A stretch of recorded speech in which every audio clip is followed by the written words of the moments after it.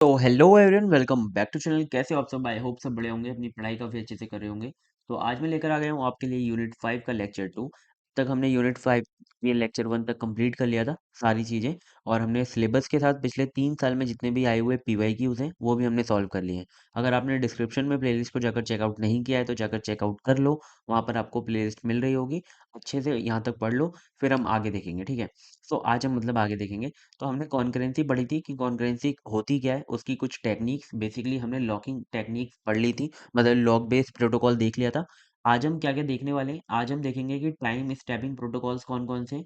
ये पिछले 2 साल में पूछे गए हैं। और फिर आता है हमारा वैलिडेशन बेस्ड प्रोटोकॉल, जो कि हमारे पिछले 3 साल पूछे गए हैं, ठीक है। फिर हम देखेंगे मल्टीपल ग्रैनुलरिटी। सो देखो, ये भी मल्टीपल ग्रैनुलरिटी है ना, बहुत इंपॉर्टेंट है, क्योंकि ये जो टॉपिक है ना, आपको बहुत इंटरेस्टली मैं बता दूंगा, मैं आपको कि बहुत इजीली समझ में आ जाएगा, ठीक है। अभी तक पूछा नहीं गया है, बट किसी टॉपिक के साथ पूछा जा सकता है, तो देख लेना, ठीक है। चलो स्टार्ट करते हैं बिना देरी करे। अगर यार चैनल को सब्सक्राइब नहीं किया तो कर लेना, है ना। ओके, बहुत बढ़िया वीडियोस वगैरह आ रही है। सबसे पहले आता है हमारा टाइम स्टैपिंग प्रोटोकॉल्स होते क्या हैं। तो देखो, इससे पहले हमने कॉन्करेंसी टेक्निक्स के अंदर सबसे पहले देखा था हमने लॉकिंग टेक्निक, ठीक है। तो हम वहाँ पर लॉक्स का यूज़ करते थे, जिससे कि हम क्या करते थे, जो भी ट्रांजेक्शन अगर किसी डेटा को यूज़ कर रहा है तो उसे लॉक कर दे और कोई उसे यूज़ ना कर पाए, जिससे कि इनकन्सिस्टेंसी ना आए डेटाबेस के अंदर, ठीक है। तो हम यहाँ पर लॉक का यूज़ नहीं करते, हम यूज़ करते हैं टाइम स्टैम्प का, ठीक है।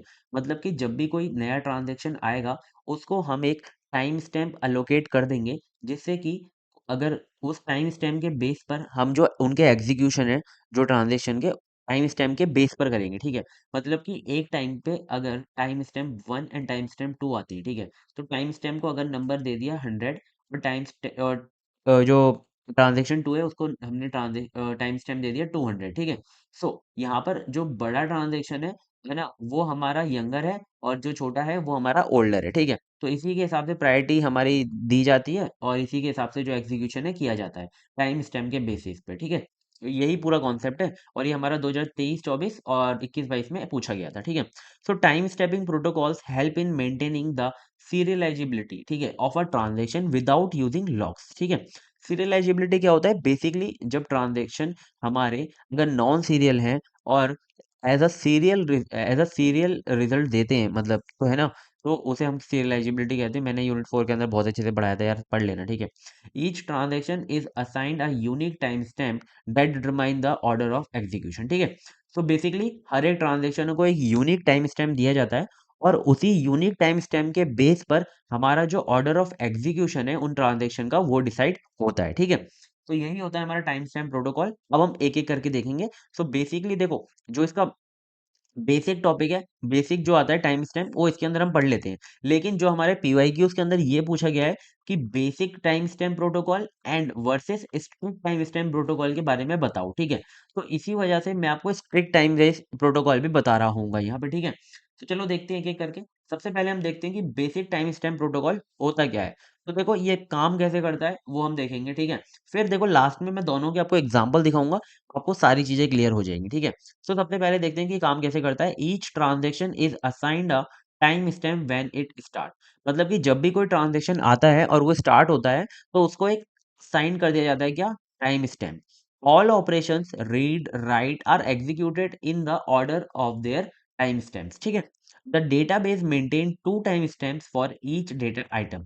हर एक डेटा आइटम के लिए, मतलब कि जैसे आपका डेटा आइटम ए अकाउंट है और एक बी अकाउंट है, ठीक है। इन दोनों के लिए दो, जो डेटाबेस है हमारे, दो टाइम स्टैम्प को क्या करता है, स्टोर करके रखता है, मेंटेन करके रखता है, ठीक है। एक होता है हमारा रीड टाइम स्टैम्प, और एक होता है हमारा राइट टाइम स्टैम्प, ठीक है। अगर कोई रिकॉर्ड हमारा, मतलब कि किसी रिकॉर्ड को अगर आपने लेटेस्ट में ही रीड किया है, ठीक है, तो उसका आरटीएस टाइम स्टैम्प हो जाएगा। अगर आपने उसे लेटेस्ट में ही राइट किया है तो उसका डब्ल्यूटीएस हो जाएगा, ठीक है। थोड़ा सा कंफ्यूज मत हो, अभी मैं आपको एग्जांपल बताऊंगा, तब आपको चीजें क्लियर हो जाएंगी, ठीक है। The largest time stamp of any transaction that successfully read the data, ठीक है। जो सबसे लार्जेस्ट होगा वो, मतलब कि जिसने सक्सेसफुली रीड ऑपरेशन को लेटेस्ट में ही कंप्लीट किया होगा, उसका होगा, ठीक है। और इसमें लार्जेस्ट जो टाइम स्टैम्प होगा डब्ल्यूटीएस का, वो उसका होगा जिसने लेटेस्ट में ही डेटा को राइट किया होगा, ठीक है। अभी मुझे पता चल रहा है कि आपको ये समझ में नहीं आ रहा, लेकिन एग्जाम्पल से आएगा, ठीक है। अब इसका रूल क्या है, अगर किसी if transaction tries to read और write in a way that violates time stamp order, it is aborted और restart with a new time stamp. अगर कोई भी ट्रांजेक्शन, अगर जो हमारा रिकॉर्ड है, जो हमारा टाइम स्टैम्प है, उसके रूल को तोड़ता है, तो उसे रीस्टार्ट करना पड़ेगा या फिर अबॉर्ट करना पड़ेगा अपने अब जो ट्रांजेक्शन को, ठीक है। चलो देखते हैं एग्जाम्पल जिससे आपको चीजें क्लियर होने वाली हैं, ठीक है। तो देखो यहाँ पर आता है हमारा क्या, एक ट्रांजेक्शन T1 है और एक ट्रांजेक्शन T2 है, ठीक है। तो देखो T1 को जैसे ही स्टार्ट हुआ T1, उसको एक नंबर असाइन कर दिया गया, टाइम स्टैम्प असाइन कर दिया गया 1, ठीक है। T2 जैसे ही स्टार्ट हुआ, उसे एक टाइम टाइम स्टैम्प असाइन कर दिया गया 2, ठीक है। अब देखो T1 हमारे स्टार्ट हुआ है, start first and right the data item E, ठीक है। तो इसने क्या किया, डेटा आइटम स्टार्ट किया और डेटा आइटम ए को क्या किया, राइट किया है, ठीक है। क्या किया है, राइट किया है। तो यहाँ पर जो हमारा डेटा आइटम ए है ना, उसका जो हमारा WTS हो जाएगा वो 1 हो जाएगा, बेसिकली अभी राइट किया है, ठीक है। अब अगर इस पे कोई दूसरी बार राइट करेगा तो वो बढ़ जाएगा, ठीक है। अब आता है T2, T2 आया, उसने ट्राई किया ए को रीड करने का, T1 के लिखने के बाद, ठीक है। देखो वो उसे रीड कर सकता है, क्यों, क्योंकि जो हमारा T1 है उसने अपने ऑपरेशन को परफॉर्म कर लिया है, ठीक है। सिंस यहाँ पर क्या है कि T2 जो है वो बड़ा है T1 से, ठीक है। इस वजह से, और ये भी है कि the operation is valid because it respect the time stamp order, है ना। मतलब T2 ने बाद में आया T1 से, और फिर वो अपना काम कर सकता है, ठीक है। But if T2 tries the right before T1 completes, अगर हमारा जो T2 है, अगर वो ट्राई करता ए को राइट करने का T1 के कंप्लीट होने से पहले, तो वो नहीं कर पाता, और उसे वो क्या करना पड़ता, अबॉर्ट करना पड़ता, ठीक है। मतलब कि उसमें क्या टाइम स्टैम्प ऑर्डरिंग फॉलो हो रही है, कि हमारा T2 अगर न्यू है, अगर T2 हमारा यंगर है, तो जो हमारा T1 है उससे उसके बाद आएगा T2, ठीक है। बस इतना सा ध्यान रखो, जो पहले आया है वो पहले काम करेगा, जो बाद में आया है वो बाद में काम करेगा, बस इतनी सी बात है, ठीक है। अब आता है हमारा, देखो यहाँ पर T1 ने क्या था, कमिट नहीं किया था, ठीक है। T1 ने अभी कमिट नहीं किया था, बस इसने क्या किया था, अपना ऑपरेशन खत्म किया था, फिर T2 आकर अपना ऑपरेशन कर दिया, ठीक है। लेकिन यहाँ पर अभी कमिट नहीं किया था। लेकिन अब स्ट्रिक्ट में क्या होता है, यही सारी चीजें होती हैं, बस इसमें क्या आ जाता है, कमिट का आ जाता है, कि जब तक कोई और ट्रांजेक्शन परफॉर्म अपना ऑपरेशन नहीं कर सकता, जब तक कि पहले वाले ने कमिट ना कर दिया हो, ठीक है। तो यहाँ पर आता है दूसरा topic, strict time stamp ordering protocol, ठीक है। तो इसमें क्या होता है, strict time stamp ordering is more restrictive, it ensure that right operation by the transaction are delayed until all the earlier transaction with smaller time stamp have finished, ठीक है। मतलब कि अगर पहले वाले जितने भी ट्रांजेक्शन है खत्म नहीं हुए हैं, तब तक कोई भी अगला ट्रांजेक्शन आके राइट ऑपरेशन परफॉर्म नहीं कर सकता, ठीक है। अब read operation are delayed if there is pending write operation by a earlier transaction, और री ट्रांजेक्शन भी डिले हो जाएगा जब तक कि पहले वाले जो जितने भी ऑपरेशन है वो खत्म ना हो जाए, ठीक है। आई होप आपको दोनों चीजें खत्म समझ में आ गई होंगी। बस इतनी सी बात है कि पहले अगर T1 और T2 है, ठीक है। T1 अगर कोई काम कर रहा है तो उसे कमिट करना पड़ेगा, ठीक है, जब ही T2 हमारा कोई काम कर पाएगा। जब तक T1 कमिट नहीं करेगा तब तक T2 कोई काम नहीं कर पाएगा, ठीक है। बस इतनी सी बात है, ठीक है। और टाइम ऑर्डरिंग वाला सेम ही रहेगा, ऊपर वाला फंडा, ठीक है। Avoid issues like cascading rollbacks which occur in basic time ordering, ठीक है। अगर देखो वहां पर क्या था कि T1 ने कोई काम किया, ठीक है, फिर T2 ने कोई काम किया, ठीक है, T3 ने कोई काम किया, ठीक है, ठीक है। क्या होता है कि T1 ने अभी कमिट नहीं किया था, T2 ने भी कमिट नहीं किया था, T3 ने भी कमिट नहीं कर दिया था, ठीक है। लेकिन यहाँ पर क्या होता है, जो T1 है अगर फेल हो जाता है, ठीक है, यहाँ पर जो T1 है वो फेल हो जाता है, ठीक है, तो T2 भी फेल हो जाएगा, T3 भी फेल हो जाएगा, तो यहाँ पर क्या हो जाता है, कास्केडिंग रोल बैक हो जाता है।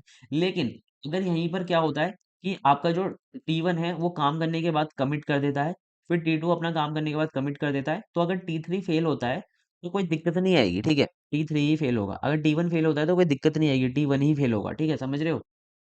ये इसका कॉन्सेप्ट है स्ट्रिक्ट टाइम बेस्ड ऑर्डरिंग का, ठीक है। अब हम इसका एग्जांपल भी देख लेते हैं कि T1 अगर आया है, T1 क्या कर रहा है, राइट किया T1 ने ए को, और T2 wants to write a A but must wait for T1 to complete, ठीक है। हमारा T2 जो है वेट करेगा जब तक कि T1 कंप्लीट ना कर दे, ठीक है। Even if T2 is ready, अगर T2 रेडी है फिर भी वो वेट करेगा, ठीक है। It can not proceed until T1 commits ensuring strict order, ठीक है, बस इतनी सी बात है। अब हम इसके अंदर की डिफरेंस देखेंगे, क्योंकि इन दोनों के अंदर डिफरेंस पूछा जाता है, ठीक है। तो देखो मैंने टेबल के अंदर सारी चीजें डिफाइन कर दी हैं, जिससे कि आपको पढ़ने में आसानी हो, ठीक है। और लिख कर भी ऐसे ही आना, पहले दोनों को एक्सप्लेन कर देना, फिर और एक टेबल बना के आ जाना, ठीक है। तो ऑपरेशन एग्जीक्यूशन की बात करें, तो operation are executed immediately if the obey time stamp rules. मतलब इसके अंदर बस एक चीज फॉलो की जाती है कि अगर टाइम स्टैम्प जो रूल है, अगर वो मतलब जो नया वाला आया है वो पहले वाले मतलब टाइम स्टैम्प रूल अगर फॉलो हो रहा है तो काम हो जाएगा, ठीक है, इसके अंदर। लेकिन इसके अंदर टाइम स्टैम्प रूल तो फॉलो होगा, लेकिन जो नया वाला आया है वो ऑपरेशन जब तक वेट करेगा जब तक कि पहले वाले ट्रांजेक्शन कमिट ना कर दे, ठीक है। अब कास्केडिंग रोल बैक इसके अंदर हो सकता है, लेकिन इसके अंदर नहीं हो सकता, क्यों? क्योंकि इसके अंदर स्ट्रिक्ट रूल्स जो है फॉलो करे जा रहे हैं, ठीक है। ये सिंपल होता है लेकिन लेस रिस्ट्रिक्टिव होता है, ये थोड़ा रिस्ट्रिक्टिव होता है, जिससे कि डेटा कंसिस्टेंसी अच्छी बनी रहती है, ठीक है। सो आई होप आपको ये चीजें क्लियर होंगी, है ना। अब हम दोनों का एक एग्जांपल देखेंगे, मतलब कि एक सिनेरियो लेकर, तो आपको चीजें और अच्छे से क्लियर हो जाएंगी। तो देखो हमारे पास एक सिनेरियो है कि आपको दो आपके पास ट्रांजेक्शन है, T1 जिसका टाइम स्टैम्प है 1 और T2 जिसका टाइम स्टैम्प है 2, are working on a bank account balance initially 500, ठीक है। दोनों एक बैंक अकाउंट पे काम कर रहे हैं, जिस बैंक अकाउंट का जो बैलेंस है वो हमारा 500 है, ठीक है। इतनी चीजें क्लियर है। चलो अभी स्टार्ट करते हैं। सबसे पहले हम देखते हैं बेसिक टाइम ऑर्डरिंग कैसे काम करेगी, ठीक है। सो बेसिक टाइम ऑर्डरिंग में क्या होता है कि सबसे पहले T1 क्या करता है, अपने टाइम स्टैम्प 1 के साथ read the balance 500 and right a new balance 400, ठीक है। T1 ने क्या किया, पहले रीड किया, हमारा रीड किया ए को, और क्या कर दिया, उसके अंदर जो 500 है उसे राइट कर दिया, ठीक है। अब आरटीएस जो है हमारा ए का, वो जो मतलब कि देखो अभी उसने अभी जो उसने रीड किया था पहले, फिर उसने क्या किया था, राइट किया था। तो देखो उसका जो आरटीएस है ए का वो हो गया होगा 1, और डब्ल्यूटीएस है वो भी हो गया होगा 1, ठीक है। इतना समझ में आया। देखो T2 आता है, T2 आया, उसने उसका जो टाइम स्टैम्प है वो कितना है, 2 है। ट्राइस टू राइट 300, ठीक है। अब वो आता है और ए के अंदर राइट करना चाहता है क्या, 300 रुपए राइट करना चाहता है, ठीक है, मतलब कि, और 100 रुपए उसने निकाल लिए।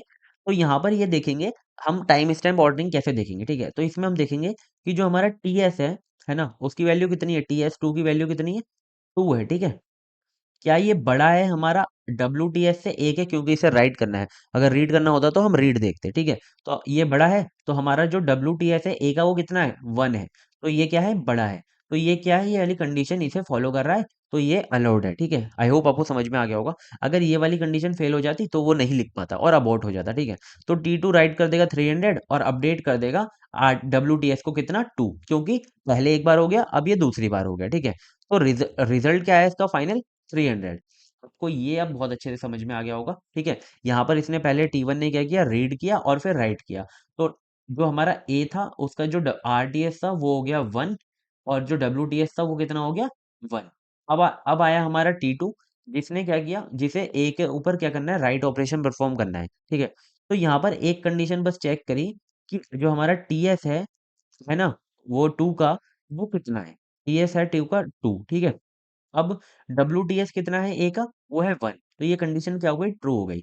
और यहाँ पर उसने राइट कर दिया और अपडेट कर दिया WTS को कितना, 2। चीजें क्लियर है, ठीक है। अब आता है हमारा नेक्स्ट, देखो एग्जाम्पल से ही चीजें क्लियर होती हैं सच में। लास्ट जो जो थोड़े से ये कॉन्सेप्चुअल टॉपिक्स होते हैं ना, ये जब हम एग्जाम्पल लेके समझते हैं तब चीजें बहुत अच्छे से क्लियर हो जाती हैं। अब आता है हमारा नेक्स्ट, स्ट्रिक्ट टाइम ऑर्डरिंग। इससे इसमें कैसे होगा, इसमें भी वही चीज फॉलो होगी, बस कमिट का आ जाएगा इसमें, कि T1 का जो TS है वो है 1, वो करता है read the balance 500 and right a new balance 400, ठीक है। T1 must commit before any operation perform by T2, ठीक है, मतलब कि T1 हमेशा कमिट करना चाहिए। तो देखो T2 हमारा क्या करेगा, वेट करेगा जब तक कि T1 कमिट ना कर दे बिफोर राइटिंग 300। तो वो मतलब कमिट कर देगा यहाँ पर, और वो क्या कर देगा, फाइनल बैलेंस 300 कर देगा। But changes are only applied after T1 commits. जब T1 कमिट कर देगा तभी चेंजेस होंगे, ठीक है। चलो क्लियर है ये भी। सो हमारा जो टाइम स्टैम्पिंग और जो प्रोटोकॉल है वो सारे खत्म हो गए, और आपको बहुत अच्छे से चीजें जितनी भी थी मैंने आपको बता दी, ठीक है। और यहाँ तक समझ आया तो बता देना कमेंट में, ठीक है। अब आता है हमारा next topic, validation based protocol. बहुत इंपॉर्टेंट टॉपिक है, क्योंकि 2000 मतलब 21 22 22 23 और 23 24 तीनों में पूछा गया था। और हर बार मतलब ऐसा नहीं आता, अकेले नहीं आता ये, मतलब साथ में आता है, मतलब कि टाइम बेस्ड के साथ, और या फिर जो हमारा लॉकिंग है उसके साथ आता है, ठीक है। तो ये होता क्या है, चलो देखते हैं। वैलिडेशन बेस्ड प्रोटोकॉल होता क्या है? वैलिडेशन का मतलब क्या होता है? कोई भी चीज को ऐसे मतलब चेक करना कि वो वैलिड है या नहीं है, ठीक है। तो यहाँ पर कोई भी एक क्राइटेरिया होगा जिसे हम चेक कर रहे होंगे कि वो वैलिडेशन लगा रहे होंगे, ठीक है। So validation based protocol are also known as optimistic concurrency control, ठीक है। ऑप्टिमिस्टिक कंकरेंसी कंट्रोल, एक बार इसी नाम से पूछा गया था इसे, कि define the optimistic concurrency control techniques, ठीक है। इस नाम से भी इसे जाना जाता है, तो थोड़ा सा ध्यान रखना। अगर इस नाम से आता है तो भी आप यही लिख कर आओगे। These protocols assume that conflicts are rare and allow transactions to execute without locking resources, ठीक है। इसमें ना तो लॉकिंग के यूज हो रहा है, ना तो टाइम स्टैम्प का यूज हो रहा है। और इसमें ये चीज अज्यूम की जाती है कि आपके जो जितने भी कॉन्फ्लिक्ट्स हैं वो नहीं होने वाले, ठीक है। मतलब बहुत कम होने वाले हैं, बहुत रेयर चांसेस चांसेस है कि आपके कॉन्फ्लिक्ट होते हैं, ठीक है। Conflict are check only at the time of validation before committing the transaction, ठीक है।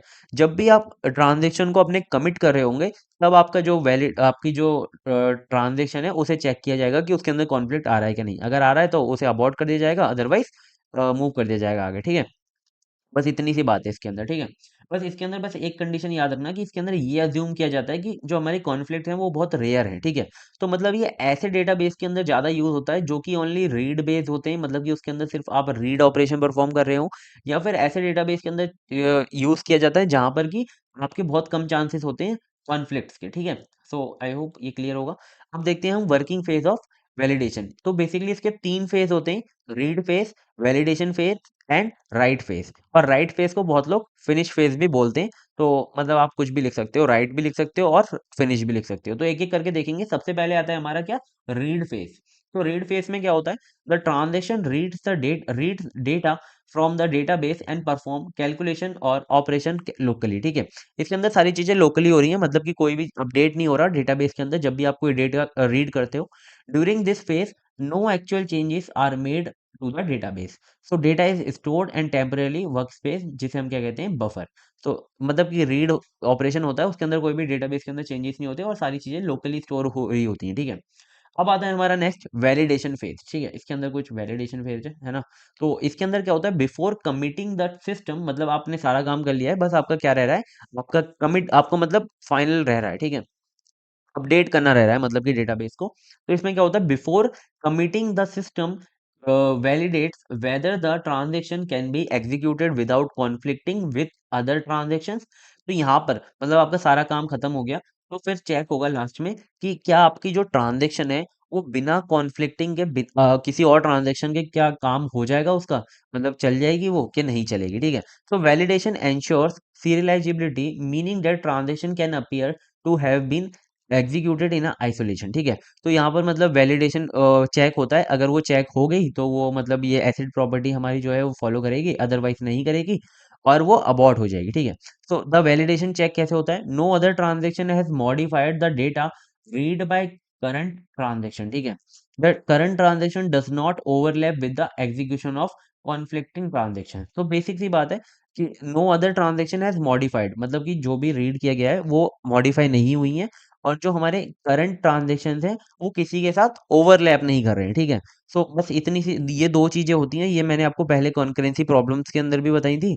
ये दोनों चीजें चेक होती हैं इसके अंदर। ये बस ये देखो, ये कंडीशन आपको बस थ्योरेटिकली याद करनी है बस, ठीक है। कि कोई भी जो मॉडिफाइड डेटा है वो आपने रीड ना किया हो, और कोई भी आपका जो करंट ट्रांजेक्शन है वो किसी के साथ ओवरलैप ना कर रही हो, ठीक है। क्योंकि उसे ट्रांजेक्शन आ सकता है, कॉन्फ्लिक्ट आ सकता है। तो ये दोनों चीजें चेक की जाती हैं। अगर ये दोनों चीजें कंडीशन करेक्ट हो जाती हैं तो क्या होता है कि आपका जो ट्रांजेक्शन है आगे बढ़ जाता है, अदरवाइज वो अबॉर्ट हो जाता है या फिर बंद हो जाता है, ठीक है। अब आता है हमारा नेक्स्ट राइट फेज, ठीक है। ये होती है हमारी फिनिश स्टेट या फिर होती है हमारी final state. If the transaction Passage the validation phase, ठीक है, अगर आपका जो ट्रांजेक्शन है वो वैलिडेशन फेज को पास कर जाता है, it write changes to the database. Finally database के अंदर चेंजेस कर दिए जाते हैं परमानेंटली, ठीक है। If the validation phase the transaction is aborted और रीस्टार्टेड, ठीक है। तो ये तीनों फेज थे हमारे। सबसे पहले क्या था? रीड था, सारी चीजें लोकली हो रही थी। फिर आता है वैलिडेशन फेज, जिसके अंदर ये दो वैलिडेशन चेक्स होते हैं। ये अगर कंडीशन पास हो जाती है तो आगे बढ़ दिया जाता है, अदरवाइज उसे अबॉर्ट कर दिया जाता है, ठीक है। तो ये आपको चीजें क्लियर होंगी। अब हम देखेंगे, एक एग्जाम के अंदर क्वेश्चन पूछा जाता है काफी, कि आप ये बताओ कि हमारा जो ये वैलिडेशन फेज है वो 2PC के साथ कैसे डिफरेंस है उससे, या है ना, उससे कितना डिफरेंस है वो बताओ, ठीक है। तो हमारा जो टू पीसी होता है वो होता है हमारा टू फेस कमिट, ठीक है। टू फेस कमिट हमारी एक टेक्निक है जो कि हमारे डिस्ट्रीब्यूटेड डेटाबेस के अंदर यूज की जाती है, ठीक है। हम इसे बेसिकली नहीं पढ़ते, लेकिन मैं आपको इसे कंपैरिजन बता दूंगा जिससे आपको ये भी समझ में आ जाएगी। और अगर एग्जाम में दोनों के अंदर कंपैरिजन आता है तो आप वो भी लिख कर आ जाओगे, ठीक है। तो देखो, वैलिडेशन बेस्ड प्रोटोकॉल और टू फेस कमिट प्रोटोकॉल होता क्या है। तो देखो, use to maintain concurrency without locking resources. इसके अंदर आप क्या करते हो, लॉकिंग रिसोर्सेज का बिना यूज करे कंकरेंसी को क्या करते हो, मेंटेन करते हो। अब ये क्या होती है, use to ensuring distributed transaction commit, ठीक है। आपके जो डिस्ट्रीब्यूटेड ट्रांजेक्शन है वो कमिट हुए हैं कि नहीं, वो उसके लिए यूज होती है, ठीक है। अब इसके अंदर तीन फेसेस होते हैं, रीड, वैलिडेट एंड राइट, ठीक है। इसके अंदर दो फेसेस होते हैं, पेयर एंड कमिट, ठीक है। कंकरेंसी कंट्रोल इसके अंदर क्या क्या होता है कि optimistic, valid, conflict at the end, ये होता है pessimistic, locks resources during execution, ठीक है। मतलब कि आपके जो रिसोर्सेज एग्जीक्यूशन हो रहे हैं उस टाइम पे लॉक्स का आप यूज करते हो और यहाँ पर कंकरेंसी कंट्रोल करते हो, ठीक है। और ये हमारा होता है कॉन्फ्लिक्ट हैंडलिंग के लिए कि conflicts are resolve at the validation phase. यहाँ पर क्या होते हैं, जो आपके कॉन्फ्लिक्ट्स होते हैं वो वैलिडेशन फेज पर रिजॉल्व हो रहे होते हैं। लेकिन यहाँ पर क्या होता है, conflicts are avoided by the locking resource up front, कि आप क्या करते हो इसके अंदर कि आपके जो रिसोर्सेज हैं उसमें लॉक्स का यूज करके आपके जो कॉन्फ्लिक्ट्स हैं उसे अवॉइड करते हो, ठीक है। इसका यूज कहाँ पर होता है, best for low conflict environment, जैसा कि मैंने आपको बताया था इसमें बहुत रेयर कॉन्फ्लिक्ट होते हैं, ये अज्यूम किया जाता है, ठीक है। विथ हाई ट्रांजेक्शन रेट्स, ये कहाँ पर यूज होते हैं, ये होते हैं डिस्ट्रीब्यूटेड सिस्टम के अंदर रिक्वायरिंग एटॉमिक कमिट, ठीक है, जहां पर आपको एटॉमिक कमिट का यूज होता है डिस्ट्रीब्यूटेड सिस्टम के अंदर, ठीक है। सो आई होप आपको ये सारी चीजें क्लियर होंगी, मैंने आपको सारी चीजें बताई दी है, रीड करके समझ में आ रही हैं, है ना। सो एक बार देख लेना इन सबको, क्योंकि ये वाला क्वेश्चन जो है पूछा जाता है। अब आता है हमारा नेक्स्ट एग्जाम्पल इसका, वैलिडेशन फेस प्रोटोकॉल का, जिससे आपको ये जो पूरा सिनेरियो है वो समझ में आ रहा होगा। और मैं देखो हर चीज़ एग्जाम्पल से बता रहा हूँ जिससे कि आपको चीज़ें क्लियर हो, ठीक है। तो हमने एक सिनेरियो लिया हुआ है कि T1 और T2 जो हमारे दो ट्रांजेक्शन है वो क्या चाहते हैं, वो अकाउंट बैलेंस जो है उसे अपडेट करना चाहते हैं, ठीक है। तो इनिशियली जो अकाउंट ए है उसका बैलेंस है 500 और अकाउंट बी है उसका इनिशियल है 1000, ठीक है। सो पहले आता है हमारा फेज वन जिसके अंदर रीड करते हैं चीज़ें, ठीक है। T1 क्या करता है, रीड करता है 500 ए को, और बी को रीड करता है 1000, ठीक है। और वो प्लान करता है कि 200 रुपये वो डेबिट करेगा ए के अंदर और बी के अंदर 200 रुपये क्रेडिट करेगा, ठीक है। डेबिट 200 करेगा तो ये कितने हो जाएंगे, 300 हो जाएंगे। और इसके अंदर क्रेडिट करेगा तो ये कितने हो जाएंगे, 1300 हो जाएंगे, ठीक है। सॉरी, हाँ, 200 करेगा ना क्रेडिट, तो इसके अंदर 1200 हो जाएंगे, ठीक है। बस इतने से काम है। अब बी क्या प्लान कर रहा है कि बी रीड करता है और फिर ये प्लान करता है कि ये क्या करेगा, क्रेडिट करेगा 300 रुपये और इसमें डेबिट करेगा 300 रुपये, ठीक है। तो मतलब कि इसके अंदर हो जाएंगे 800 रुपये और इसके अंदर हो जाएंगे कितने, 700 रुपये। ये दोनों का प्लान है, देखते हैं दोनों कैसे काम करेंगे। अब देखो, ये रीड फेज था, मतलब इन सब ने रीड कर लिया और अपने कर लिया। अब आता है वैलिडेशन फेज। तो T1 चेक करता है सबसे पहले कि नो अदर ट्रांजेक्शन मॉडिफाइड ए और be after T1 read them, ठीक है। मतलब कि जब T1 ने उसे रीड किया तो किसी और ट्रांजेक्शन ने उसको मॉडिफाई नहीं किया, किसी ने भी अपडेट नहीं किया, है ना, एक और बी को। अब T2 क्या चेक करता है कि T1 modified A, B, which conflict with T2 plans, ठीक है। तो यहाँ पर क्या होता है कि T2 चेक करता है कि मैंने जो भाई सोचा था उससे पहले ही जो हमारा T1 है उसने मॉडिफाई कर दी चीजें, और इससे क्या हो रहा है कि कॉन्फ्लिक्ट आ रहा है, जो हमारा T2 का प्लान है उसमें कॉन्फ्लिक्ट आ रहा है। तो क्या होगा कि हमारा जो T1 है वो तो काम कर गया, मतलब कि वो तो पास कर गया जो हमारा रिजल्ट था, लेकिन वैलिडेशन फेज था, लेकिन जो हमारा T2 था वो पास नहीं कर पाया, तो हमारा जो T2 का प्लान है वो सारे हो जाएंगे बेकार और वो हो जाएगा अबॉर्ट, ठीक है। लेकिन जो हमारा T1 है वो पास कर गया तो वो आगे बढ़ जाएगा बेसिकली। तो राइट फेज में क्या होगा, T1 passes the validation and right changes. तो मतलब इसमें क्या होगा, ए तो हो जाएगा 300 और बी हो जाएगा 1200। तो T2 फेल्स वैलिडेशन, अबॉर्ट हो जाएगा या फिर रीस्टार्ट हो जाएगा, ठीक है। अबॉर्ट होने के बाद वो रीस्टार्ट हो जाएगा, इतनी सी बात है। तो ये आपको चीजें क्लियर होंगी, है ना। देखो एग्जाम्पल से यार चीजें क्लियर हो जाती हैं सच में, मेरे को मतलब कि ये देखो एग्जाम्पल से मेरे को भी अब लग रहा है कि हाँ आपको समझ में आ गया, ठीक है। अब आता है हमारा नेक्स्ट, मल्टीपल ग्रैनुलरिटी, ठीक है। तो मल्टीपल ग्रैनुलरिटी होता क्या है बेसिकली, मैं बताऊं तो आपको, जब आप मतलब कि देखो, मैं आपको एक एग्जांपल से बताता हूँ कि देखो दो तीन चीजें होती हैं। एक तो आपका पूरा जो डेटाबेस होता है, देखो ये आपका जैसे कि डेटाबेस है, ठीक है। अब डेटाबेस के अंदर ना क्या होते हैं, आपके कुछ फोल्डर्स होते हैं, ठीक है। जैसे कि एक फोल्डर ये है, एक फोल्डर दूसरा है, ठीक है। ये ऐसे ट्री लाइक स्ट्रक्चर होता है ना। अब फोल्डर्स के अंदर आपकी फाइल्स होती हैं, ठीक है, बेसिक सी बात है, फाइल्स होती हैं। और फाइल्स के अंदर आपकी टेबल्स होती हैं, ठीक है, टेबल्स होती हैं। तो टेबल के नीचे आपकी कुछ रोज होती हैं, ठीक है। तो ऐसे आपका कुछ स्ट्रक्चर बन रहा होता है पूरा जो डेटाबेस के नीचे। सो यहाँ पर क्या होता है कि आप ना जब आप लॉक्स का यूज करते हो, देखो दो लॉक होते हैं, हमने जो पढ़े थे, शेयर्ड और एक्सक्लूसिव, ठीक है। आप ये लॉक्स का यूज करते हो, तो आप क्या करते हो, अपनी जो रो या कॉलम है उन्हें लॉक कर देते हो कि इस पर कोई काम नहीं करेगा, ठीक है। लेकिन अब अगर आप चाहते हो कि मैं पूरे फ़ोल्डर पे लॉक लगाना चाहता हूँ, ठीक है? या मैं चाहता हूँ कि मैं पूरी अपनी फ़ाइल पे लॉक लगा दूँ, ठीक है? या मैं चाहता हूँ मैं पूरे डेटाबेस पे लॉक लगा दूँ, ठीक है? क्या आप हर एक कॉलम पर लॉक लगाने जाओगे? क्या आप हर एक फ़ाइल पे लॉक लगाने जाओगे? तो आपके पास कोई ना कोई ऐसी मेथड होनी चाहिए कि जिससे कि आप पूरे के पूरे डेटाबेस को लॉक कर दो, तो कोई उसे यूज़ ना कर पाए, और कोई अगर आप किसी फ़ोल्डर पे लॉक कर दो, तो कोई उसे यूज़ ना कर पाए, ठीक है? तो वहीं पर काम आता है हमारी मल्टीपल ग्रैन्युलरिटी, ठीक है? सो मल्टीपल ग्रैन्युलरिटी क्या करती है, आपको different types of lock provide कराती है, जिससे कि आप मल्टीपल जगहों पर अपने जो लॉक्स हैं उन्हें लगा सकते हो, ठीक है? सो इसी चीज़ को देखेंगे इसके अंदर। आपको मैं थोड़ा सा ओवरव्यू दे दिया। सो व्हाट इज ग्रैन्युलरिटी, सबसे पहले मल्टीपल ग्रैन्युलरिटी से पढ़ने पे पहले सिंगल ग्रैन्युलरिटी होती क्या है ये तो पता हो। सो ग्रैन्युलरिटी होती क्या है, granularity refer to the size of the data that can be locked in the database. कितने साइज का जो डेटा है उसे लॉक कर सकते हो डेटाबेस को, डेटाबेस के अंदर, उसी को हम क्या कहते हैं, ग्रैन्युलरिटी, ठीक है। सो एक होती है हमारी स्मॉल ग्रैन्युलरिटी, जो कि आप क्या करते हो, सिंगल रिकॉर्ड को क्या करते हो, लॉक कर रहे होते हो। लेकिन फिर आती है लार्ज ग्रैन्युलरिटी, जिसके अंदर आप करते हो पूरी टेबल को या फिर पूरे डेटाबेस को लॉक, ठीक है। सो ये दोनों चीजें आपको क्लियर होंगी, है ना, एग्जाम्पल जो मैंने आपको पहले बताया था उससे। अब आती है हमारी वाई मल्टीपल ग्रैन्युलरिटी लॉकिंग, ठीक है, इसका यूज क्या है, तो प्रॉब्लम क्या आ रही थी, ठीक है। सो देखो यहाँ पर क्या है कि if T1 needs to lock the entire database, locking every single record is inefficient. ऐसा तो कर ही नहीं सकते कि भाई आपको पूरा का पूरा डेटाबेस लॉक करना है, लेकिन आप सिंगल सिंगल जाओगे तो बहुत दिक्कत हो जाएगी, ठीक है।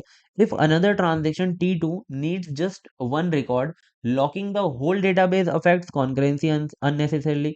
मतलब कि अगर आप पूरे डेटाबेस को लॉक कर देते हो, तो क्या होगा कि अगर टी टू को बस रिकॉर्ड चाहिए वन, तो वो भाई पूरे के पूरे डेटाबेस का क्या करेगा, वो बस T2 चाहिए। तो ये आ रही थी प्रॉब्लम, ठीक है, दो।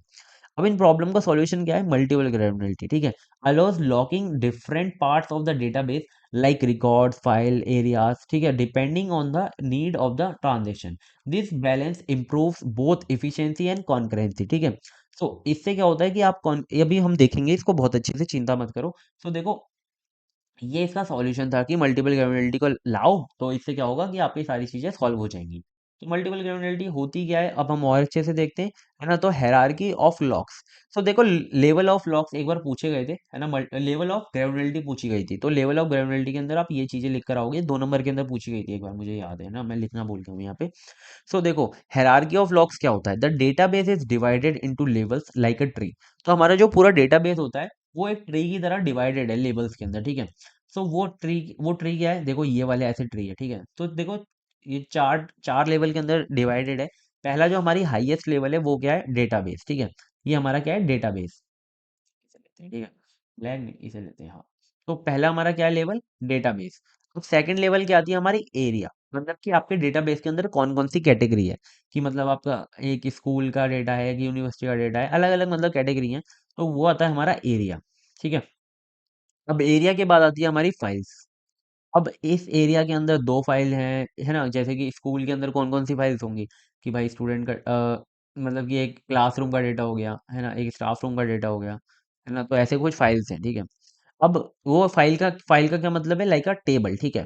अब फिर आ गया हमारी रिकॉर्ड। रिकॉर्ड होता है हमारा लोएस्ट लेवल, लाइक एक रो हो गई टेबल के अंदर, उसे हम क्या कहते हैं, रिकॉर्ड कहते हैं। सो आई होप आपको समझ में आ गया होगा कि ऐसे डेटाबेस का जो पूरा स्ट्रक्चर है ऐसे बनता है, ठीक है, मैंने आपको पहले भी बता दिया था। ग्रेनुलरिटी ऐसे लगती है, ठीक है, मतलब कि अगर आप पूरे डेटाबेस पे लॉक लगाना चाहते हो, तो क्या होगा, आपने डेटाबेस पे लॉक लगा दिया, तो इसका मतलब है आपके पूरे ये एरिया वन पे, एरिया टू पे, सब पे लॉक लग गया, ठीक है। लेकिन आप क्या करते हो कि आप एरिया वन पे लॉक लगाते हो तो सिर्फ इतने एरिया में आपका लॉक लगता है, ठीक है। लेकिन आप क्या करते हो कि सिर्फ रो इस पे लॉक लगाते हो तो सिर्फ इसी पे लॉक लगता है। तो ये हमारी मल्टीपल ग्रेनुलरिटी की हेल्प हो जाती है, ठीक है। सो इसी के अंदर हम आगे पढ़ते हैं कि हाउ इट वर्क।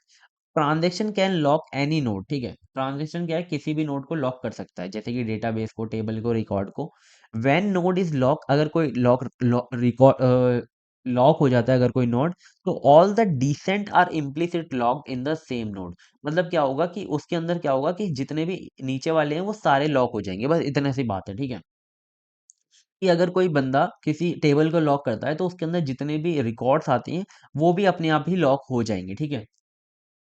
अब नेक्स्ट आता है कि इंटेंशन लॉक्स, ठीक है। अब इसके अंदर कौन कौन से लॉक्स होते हैं, देखो यहाँ पर आपको हायरार्की पता चल गई कि कैसे लॉक होता है। देखो अब देखो बेसिक सी बात है कि अगर आपको रीड करना है तो आपको कौन सा लॉक लगाना पड़ेगा, अगर आपको राइट करना है तो आपको कौन सा लॉक लगाना पड़ेगा, वो हम देखेंगे अब, ठीक है। सो इंटेंशन लॉक उसी के अंदर काम आते हैं। To manage hierarchical locks additional, देखो बेसिक सी बात है कि हमने पहले दो ही लॉक पढ़े थे, शेयर्ड एंड एक्सक्लूसिव, ठीक है। अब हम पढ़ेंगे इंटेंशन लॉक, ठीक है। लॉक्स के अगर हम टाइप की बात करें तो पहला आता है शेयर्ड एक्सक्लूसिव, देन हमारा जो आता है ये इंटेंशन लॉक आते हैं, ठीक है। तो इंटेंशन लॉक हमने पहले नहीं पढ़े थे, क्यों? क्योंकि अभी जो आया है मल्टीपल ग्रेनुलरिटी का टॉपिक, वो मैं आपको पहले पढ़ाता तो दिक्कत होती, लेकिन अब पढ़ा दिया मैंने, अब आपको समझ में आ गई होगी कि ग्रेनुलरिटी होती क्या है, ठीक है। अब हम इंटेंशन लॉक की बात कर सकते हैं। सो टू मैनेज हेरारिकल लॉक, अगर आप हेरारिकल लॉक को मैनेज करना चाहते हो तो वहां पर काम आते हैं ये, ठीक है। Additionally intention lock modes are introduce, ठीक है। ये जो है हमारे इंट्रोड्यूस हुए थे इनकी वजह से, क्योंकि कॉन्फ्लिक्ट्स कुछ आ रहे थे, इस वजह से ये लॉक्स आए, ठीक है। अब हम देखते हैं एक एक करके ये कौन कौन से लॉक होते हैं, है ना। पहला आता है हमारा इंटेंशन शेयर, ठीक है। पहला क्या होता है? Intention shared. अगर आपको किसी भी जो रिकॉर्ड है उसे अगर आपको रीड करना है, ठीक है, तो आप कौन सा लॉक का यूज करते हो? इंटेंशन शेयर्ड का यूज करते हो, ठीक है। Indicates a plan to place shared lock at a lower level, ठीक है। तो बेसिक सी बात है कि अभी देखो ये जो डेफिनेशन है इसे कुछ मत समझो, मैं आपको बस जो बता रहा हूँ कि अगर आप किसी टेबल के अंदर किसी रिकॉर्ड को क्या चाहते हो कि आप चाहते हो रीड करना, ठीक है, तो आप आईएस मोड का यूज करते हो, ठीक है। मतलब कि इंटेंशन शेयर्ड का यूज करते हो। फिर आता है हमारा इंटेंशन एक्सक्लूसिव। अगर आप किसी टेबल के अंदर किसी रिकॉर्ड को अपडेट करना चाहते हो, यानी कि उसे मॉडिफाई करना चाहते हो, यानी कि उसे राइट करना चाहते हो, तो आप आईएक्स मोड का यूज करते हो, ठीक है, इंटेंशन एक्सक्लूसिव का। अगर आप किसी टेबल के अंदर सारे के सारे रिकॉर्ड्स को रीड करना चाहते हो और उसमें से किसी एक को अपडेट करना चाहते हो, तो आप किसका यूज करते हो? शेयर्ड इंटेंशन एक्सक्लूसिव का यूज करते हो, जिसे हम एस आई एक्स भी बोलते हैं, ठीक है। Locks a sub tree in a shared mode but allow us exclusive locks at lower level, ठीक है। बेसिक अब बस इतना समझो कि अगर आप किसी टेब मतलब मैं आपको इसे बताऊंगा, कंफ्यूज हो जाओगे, ठीक है। अगर आप किसी पूरी की पूरी टेबल के अंदर सारे रिकॉर्ड्स को क्या चाहते हो? रीड करना चाहते हो, और किसी एक को या फिर किसी को भी आप अपडेट करना चाहते हो लाइक कंडीशन के बेस पर, तो आप इसका यूज करते हो, ठीक है। अब देखो क्या होता है कि जब पूरे डेटाबेस के अंदर, जैसे कि ये पूरा आपका डेटाबेस है, ऐसे कुछ ट्री लाइक स्ट्रक्चर है, तो जैसे क्या होता है कि अगर इसके ऊपर कि ऐसा ही लॉक लगा हुआ है, ठीक है यार, थोड़ा सा, हाँ, जैसे कि यहाँ पर क्या है, ऐसा ही लॉक लगा हुआ है, मतलब कि इंटेंशन शेयर्ड लॉक लगा हुआ है, तो आप मतलब कि डेटाबेस पे चल कर आ रहे हो और ऐसा ही लॉक लगाते हुए आ रहे हो और यहाँ पर क्या कर रहे हो, आप चेंजेस कर रहे हो, ठीक है। अगर आप कोई और आते हो, मतलब कि आप इंटेंशन लॉक लगाते हो इस पर वापस से, तो अगर ये पहले से लगा हुआ है तो कॉम्पेटेबल है या नहीं, ठीक है।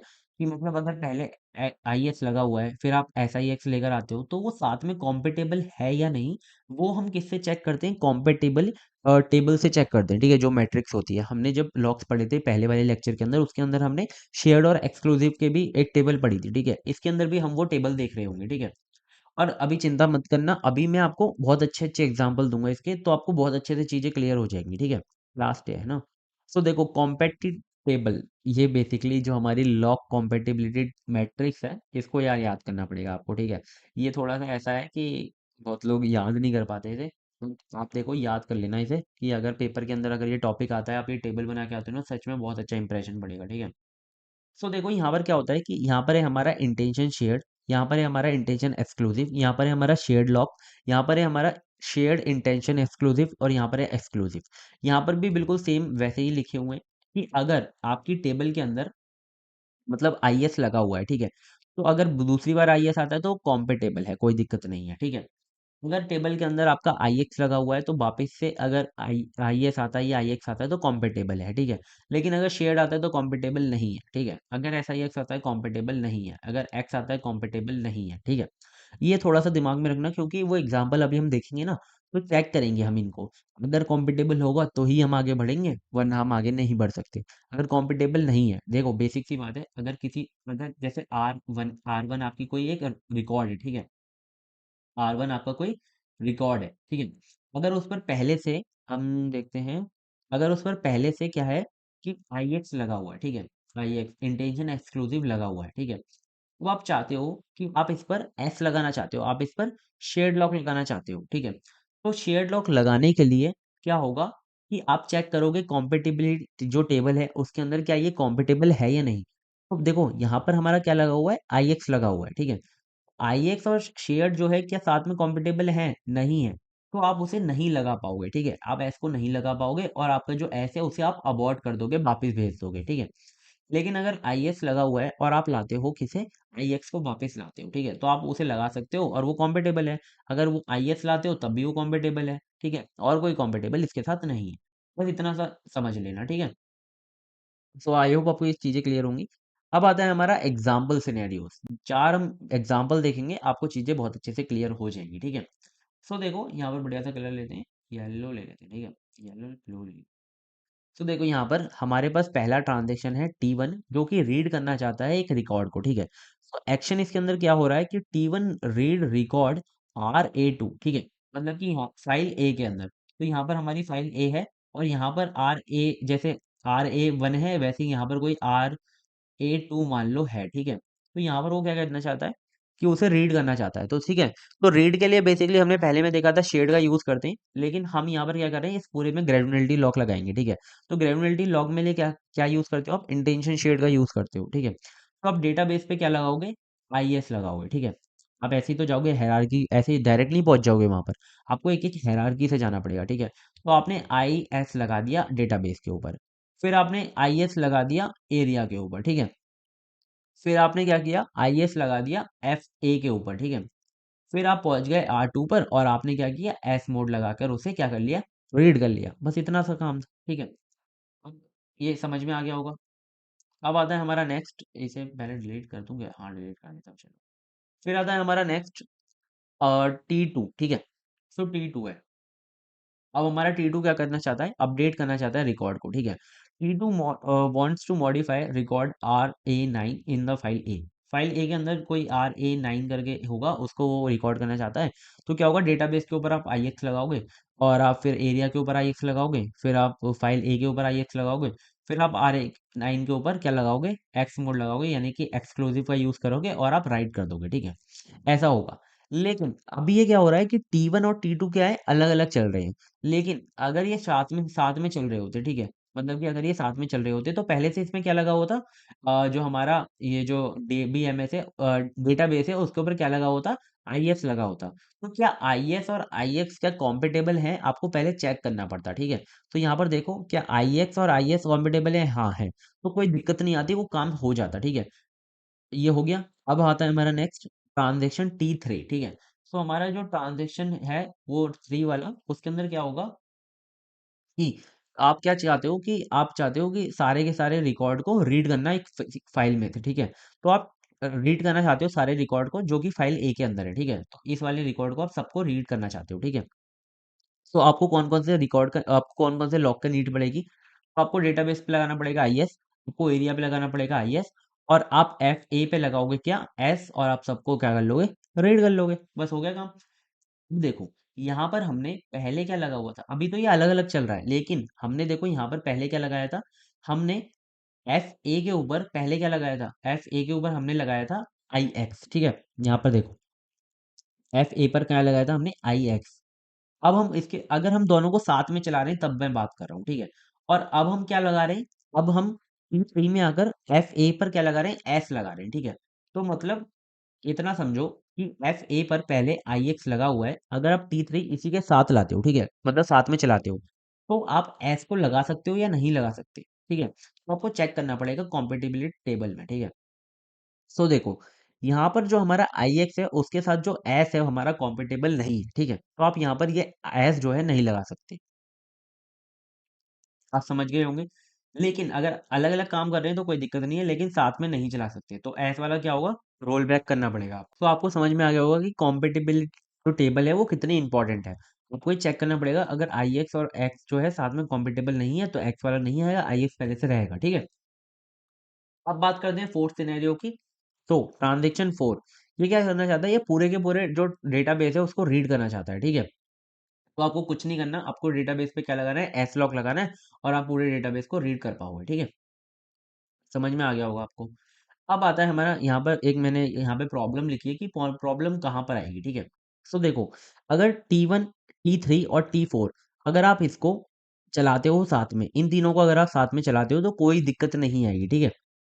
क्योंकि अगर आप इन सबके जो लॉग्स हैं उनको आप चेक करोगे तो सबके सब कॉम्पिटेबल हैं, ठीक है। आप चेक कर लेना आराम से, वीडियो वीडियो रोक कर देख लेना टेबल के अंदर, है ना। वो सारे अगर रन होते हैं साइमल्टेनियसली तो सब चल जाएंगे, क्योंकि उसके अंदर कोई भी कॉन्फ्लिक्ट नहीं है। लेकिन अगर आप T2 को और T3 को साथ में चलाते हो, अगर आप T2 को और T3 को साथ में चलाते हो तो इनके अंदर आएगा कॉन्फ्लिक्ट, जैसा कि मैंने आपको बता दिया था, ठीक है। IX में आएगा और S में आएगा।